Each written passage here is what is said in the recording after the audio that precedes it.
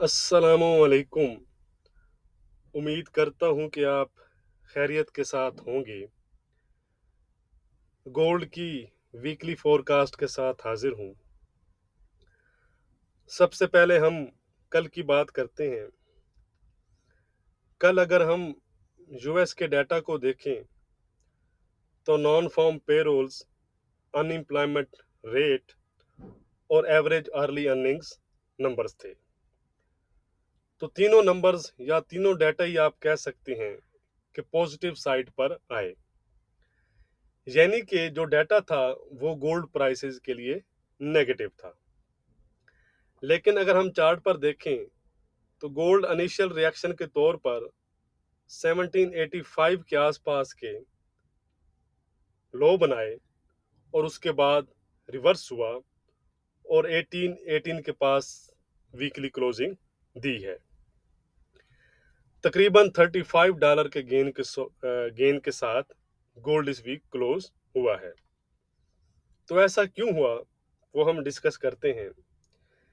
इसकी मेन वजह यूएस की 10 ईयर यील्ड्स थी, जिनको आगे चलकर हम चार्ट पर भी देखेंगे, जो कि गोल्ड का इम्पोर्टेंट ड्राइवर हैं। वो 1.55 से रिवर्स होकर 1.436 के लो बनाए, जो हमारी एक मेजर सपोर्ट लाइन थी जिसको हम डिस्कस कर रहे थे पिछले वीक से, और उसके बाद 1.45 के पास क्लोज हुई। इवनिंग वीडियो में मैंने आपको बताया था कि ये 150 का लेवल भी ब्रेक कर चुकी हैं, जो एक और चीज यानी कि एक और पॉजिटिव चीज है गोल्ड के लिए। तो पॉजिटिव डाटा के बावजूद गोल्ड के अप जाने की वजह यूएस की 10 ईयर यील्ड थी, जो बाद में तकरीबन डॉलर में भी पुल बैक का बायस बनी और डॉलर अपने हाई यानी कि ईयरली हाई से 9060.6 से रिट्रीट होकर 94.20 के आसपास क्लोज हुआ। तो 10 ईयर यील्ड्स क्यों क्लोज यानी कि डाउन हुई? अब सवाल ये बनता है। कल एक और अच्छा सवाल भी किया गया कमेंट्स में कि जो यूएस की 10 ईयर यील्ड्स हैं उसका ड्राइवर क्या है, उसको क्या चीज ड्राइव करती है। तो यूएस 10 ईयर का जो ड्राइवर है वो है इंटरेस्ट रेट, बल्कि किसी भी मुल्क की जो यील्ड्स होती हैं उनका ड्राइवर इंटरेस्ट रेट ही होता है। तो अब ये डाउन क्यों हुई? अगर हम देखें थर्सडे को, तो बैंक ऑफ इंग्लैंड के नो इंटरेस्ट रेट हाइक के डिसीजन के बाद ग्लोबली जो यील्ड्स थी वो तकरीबन डाउन हुई, जो चीज़ हमें थर्सडे से फिर नज़र आ रही थी, जो गोल्ड के लिए पॉजिटिव थी। और ख़ास तौर पर जो फेड चेयरमैन पावल की वेडनेसडे को प्रेस कॉन्फ्रेंस थी, उसमें हमें एक डोविश टू नज़र आई, जिसमें $15 बिलियन पर मंथली की टेपरिंग तो स्टार्ट की गई, लेकिन उसके साथ ये कहा गया कि no rush to hike rate, यानी कि उन्हें कोई जल्दी नहीं है, या टेपरिंग स्टार्ट करने का मतलब ये नहीं है कि हमें कोई जल्दी है इंटरेस्ट रेट हाइक करने की। हम मैक्सिमम एम्प्लॉयमेंट जब तक मेट नहीं करते तब तक हम इस चीज़ का वेट करेंगे। और इसके साथ साथ उन्होंने ये भी कहा कि टेपरिंग का पेस भी वो आने वाले डाटा को देखकर कम या ज़्यादा कर सकते हैं, जिससे गोल्ड को सपोर्ट मिली और उसके बाद से गोल्ड हमें अप जाता नजर आया और फिलहाल हमें अपने हाईएस्ट लेवल पर नजर आ रहा है। तो ये वो जो चीज़ है, ये चीज़ जो है वो गोल्ड को यानी कि आप कह सकते हैं कि पॉजिटिव साइड पर लेकर जा रही है। इसके अलावा अक्सर मैं आपको कहता हूँ कि सिर्फ डाटा को देखकर एंट्री नहीं लेते, डाटा के बाद वेट करते हैं, मार्केट के रिएक्शन को देखते हैं, और इस दौरान मार्केट हमें सिग्नल देती है कि उसकी नेक्स्ट डायरेक्शन क्या होगी, जो आगे चलकर मैं आपको चार्ट पर दिखाऊंगा कि किस तरह फिर मार्केट की डायरेक्शन में एंट्री लेते हैं। बजाय इसके कि आपको क्या लग रहा है या डाटा पॉजिटिव आया है नेगेटिव आया है, क्योंकि जो लोग एक इस मार्केट में एक टाइम गुजार चुके हैं, एक अरसा गुजार चुके हैं, उनको इन चीज़ों का इल्म है कि ऐसा भी हो जाता है। तो अब क्या हुआ? अब जिसने डाटा को देखकर एंट्री ली वो फंस गए, फंस क्यों गए कि एक गलती तो कर ली, कोई बात नहीं, आपने डाटा को देख कर एंट्री ले ली, लेकिन उस पर एक और गलती कर दी। उस पर एक और गलती क्या की कि स्टॉप लॉस नहीं लगाया, जो सबसे एक आम चीज़ है कि स्टॉप लॉस नहीं लगाना हमने। इस वजह से फिर वो फंस गए। मैं इसलिए ये बात कर रहा हूँ कि व्हाट्सएप पर काफ़ी सारे मैसेज आए हुए हैं। तो अगर आपने स्टॉप लॉस लगाया होता, तो जैसे ही मार्केट रिवर्स हुई, मार्केट आपको एग्जिट कर देती आपकी ट्रेड से, और आप मार्केट से आउट हो जाते। इससे क्या होता, इससे ये होता कि आप दोबारा से फ्रेश एंट्री लेने के लिए रेडी हो जाते जब आपको नेक्स्ट लेवल पर गोल्ड मिलता। ठीक हो गया जी। अब होता ये है कि स्टॉप लॉस लगाया नहीं जाता, फिर उस गलती को रिकवर करने के लिए गलती पर गलती करते चलते चले जाते हैं और फंसते चले जाते हैं। तो अब ये मेरे भाइयों आपकी मर्जी है कि स्टॉप लॉस लगाकर आप इस मार्केट में अलाइव रहना चाहते हैं, जिंदा रहना चाहते हैं, इसके साथ लड़ना चाहते हैं, या दूसरी साइड पर इसको आप ब्लैंक चेक देते हैं और अपना अकाउंट वॉश करवा लेते हैं, या आप हेजेस पर हेजेस करते हैं और फंसते चले जाते हैं। तो इसलिए मैं आपको पहले भी कह चुका हूँ, अब भी कह चुका हूँ कि स्टॉप लॉस लगाना सीखें अगर आप इस मार्केट में कामयाब होना चाहते हैं तो। ठीक हो गया जी। चलें जी। दूसरा, काफ़ी सारे मैसेजेस आए हुए हैं लोगों के कि वो वेट कर रहे हैं कि अभी तक वो ऐड नहीं हुए। तो आप संडे तक वेट करें।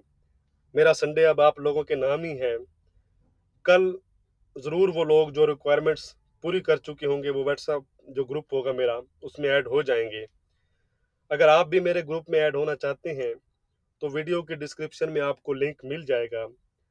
वीडियो का टाइटल है how to become a member of trading master YT team. उसमें आपको तमाम डिटेल्स मिल जाएंगी। उस पर अमल करके आप भी हमारे जो प्रीमियर व्हाट्सएप ग्रुप है उसमें ऐड हो सकते हैं। जैसे ही आप रिक्वायरमेंट्स पूरी करेंगे आपको ऐड कर दिया जाएगा। चलिए जी, अब हम बात करते हैं नेक्स्ट वीक की।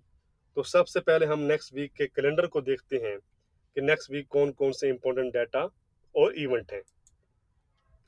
तो ये है जी मंडे नवंबर 8। यहाँ पर अगर हम डाटा वाइज देखें तो यूएस की साइड पर फेड चेयरमैन पावल स्पीक्स है, उसके साथ बैंक ऑफ इंग्लैंड के गवर्नर बेले की स्पीक्स हैं, और कुछ और एफओएमसी मेंबर की स्पीक्स भी हैं। तो मंडे को स्पीक्स इंपॉर्टेंट रहेंगी। ट्यूसडे ट्यूसडे को अगर हम देखें तो यूएस की साइड पर पीपीआई और कोर पीपीआई नंबर्स हैं। दोबारा से फेड चेयरमैन पावल स्पीक्स हैं। बैंक ऑफ इंग्लैंड के गवर्नर बेले की दोबारा से स्पीक है, और एक एफओएमसी मेंबर के साथ साथ 10 ईयर बॉन्ड ऑप्शंस भी हैं। तो ये इंपॉर्टेंट इवेंट रहेंगे ट्यूसडे को। वेडनेसडे को अगर हम देखें तो यूएस की साइड पर सीपीआई और कोर सीपीआई नंबर्स आएंगे, इंपॉर्टेंट डाटा है, और इसके साथ अनएम्प्लॉयमेंट क्लेम्स आएंगे। ये इंपॉर्टेंट रहेगा वेडनेसडे को। थर्सडे की अगर हम बात करें तो यूएस की साइड पर बैंक हॉलीडे हमें नज़र आ रहा है, तो कोई ख़ास ऐसा डाटा है नहीं। फ्राइडे को अगर हम देखें तो मिशिगन कंज्यूमर सेंटीमेंट्स नंबर्स वगैरह और एक एफओएमसी मेंबर की स्पीक हमें नज़र आ रही है। तो ये वो डाटा, ये इवेंट हैं जो मार्केट पर इम्पैक्ट डाल सकते हैं। मजीद हम इसको इंट्राडे के वीडियो में डिस्कस करेंगे। तो चलें जी, हम चलते हैं एज यूजुअल सबसे पहले डॉलर इंडेक्स पर। यह है जी डॉलर इंडेक्स का चार्ट। अगर हम देखें तो 9462 की हाई बनाने के बाद रीट्रीट हुआ और 9421 के पास क्लोजिंग दी।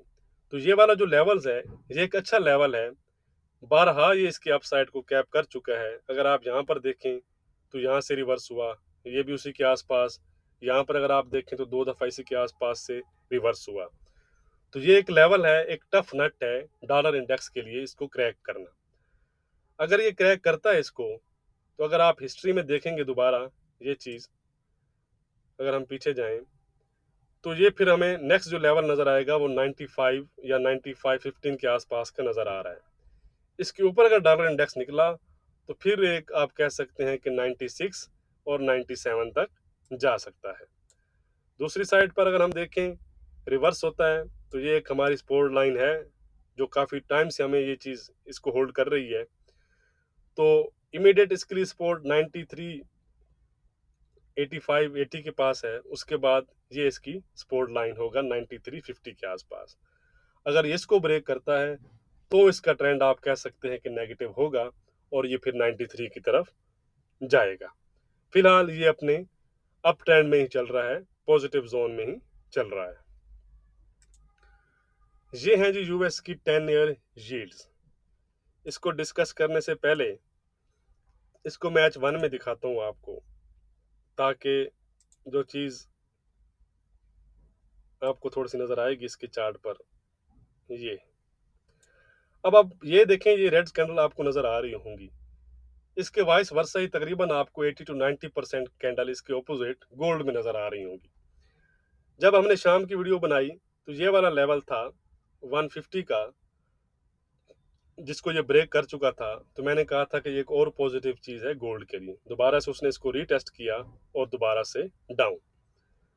अब हम चलते हैं डेली चार्ट पर, ठीक है जी, और इस पर देखते हैं क्या सूरत है। ये है डेली चार्ट, इसको काफ़ी डिटेल से हम चीज़ें डिस्कस करते रहे हैं। अगर हम देखें तो यहाँ पर हमने कहा था कि शॉर्ट टर्म में हमारा व्यू नेगेटिव है, लॉन्ग टर्म में पॉजिटिव है। इसके बाद दोबारा से इसको रीटेस्ट कर ये इसको डाउन जा सकती हैं, तो तकरीबन वैसा ही हमें नज़र आया। उन्होंने तकरीबन उसी लेवल को रीटेस्ट किया और दोबारा से डाउन हुई, और ये लेवल हमारा पहले से तयशुदा था लेवल कि यहाँ पर ये जा सकती है, तो उसी के पास आसपास उन्होंने लो बनाए और 1.45 के आसपास क्लोजिंग दी है। तो अब अगर ये इसको सपोर्ट को होल्ड करती हैं और दोबारा से अपने अपसाइड को रिज्यूम करती हैं, तो इमीडिएट हर्डल इनके लिए 150 का लेवल है और उसके ऊपर 160। अगर ये 150 के नीचे रहती हैं तो ये गोल्ड के लिए पॉजिटिव है, या 160 तक भी आप कह सकते हैं कि गोल्ड अपनी जो रेंज है उसमें रहेगा। लेकिन 160 के ऊपर फिर गोल्ड के लिए ज़्यादा नेगेटिव चीज़ें हो जाएंगी, जो गोल्ड को अपने एक मेजर सपोर्ट लेवल है 1760-50, उससे फिर नीचे लेकर जा सकती हैं। दूसरी साइड पर अगर ये सपोर्ट को ब्रेक करती हैं तो लॉन्ग टर्म में हमारा व्यू जो है वो नेगेटिव हो जाएगा। फिर ये 140 और इवन 130 और 120 तक भी जा सकती हैं, जिससे फिर हमें गोल्ड में अपसाइड नज़र आएगा। तो फिलहाल इस पर व्यू हमारा पॉजिटिव है जब तक ये सपोर्ट लाइन को ब्रेक नहीं करती। जिस तरह आपको ये सपोर्ट के आसपास नज़र आ रही होंगी, इसी तरह आपको गोल्ड डेली और वीकली चार्ट पर अपनी रेजिस्टेंस लाइन के आसपास नज़र आ रहा होगा।